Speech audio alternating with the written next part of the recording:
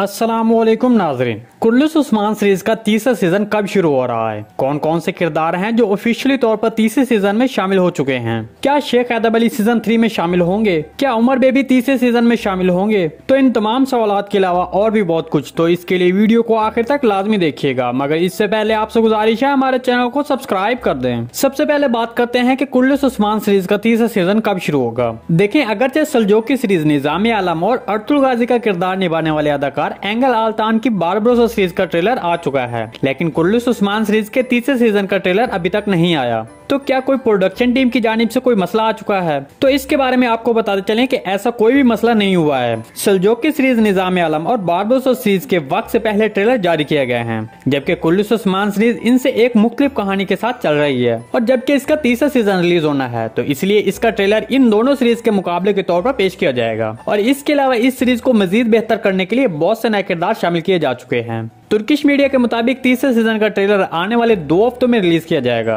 अब बात करते हैं कि क्या शेख हैदर अली सीजन 3 में शामिल होंगे। तो हमारे तजज़िये के मुताबिक जी हाँ, शेख हैदर अली का किरदार सीजन 3 में शामिल है। उन्हें कम से कम सीरीज के तीसरे सीजन तक लाजमी दिखाया जाएगा, क्योंकि शेख हैदर अली का उस्मान बे की जिंदगी में एक अहम किरदार है, जिसने उस्मान बे की कदम ब कदम रहनुमाई की और इसके अलावा शायकीन ने इस किरदार को खूब पसंद किया है।